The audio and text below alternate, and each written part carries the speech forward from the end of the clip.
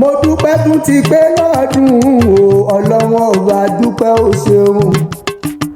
aya Akinbobade o aya ọdún ayọ̀ mi ire náà lọ́mọ ìlójoojúmọ́. happy birthday to you o ọmọ wọn lọ́yẹ̀ èkìtì ọmọ lọ́yẹ̀ mọ̀yìn ọmọ ọwọ́ ọmọ ẹkùn tí fi torítorí ọmọ ẹkùn tí fi tìrùtìrù. atẹ́ni tó pẹ̀kùn atẹ́ni tó tẹ̀kùn ó kéré níwá tí mọ̀nà jẹ̀kùn nílé bàbá rẹ̀ yẹn ni wọ́n ń jẹ wọn ìjọka. ó ti ìṣọ̀dún èyí náà nù mo dúpẹ́ àyọ̀dún ayọ̀.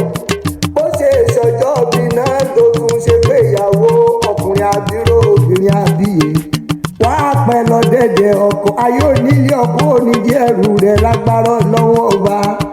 bó ṣe jọmọ wọn lọ yé èkìtì ló jáyà wọn lọ́wọ́. bá a ṣe tọ́jú ọkọ rẹ̀ dáadáa ọdún ayọ̀ mi ọmọ wọn lọ́wọ́ má dẹ̀ tí ẹ jẹrẹ ẹdun ẹdun ló ṣe bàbá rẹ̀ lóore. ìpanu mi yànjú ọ̀kájú gbogbo ìyá àbára fún mi odò ọkà àbára pàìpàì.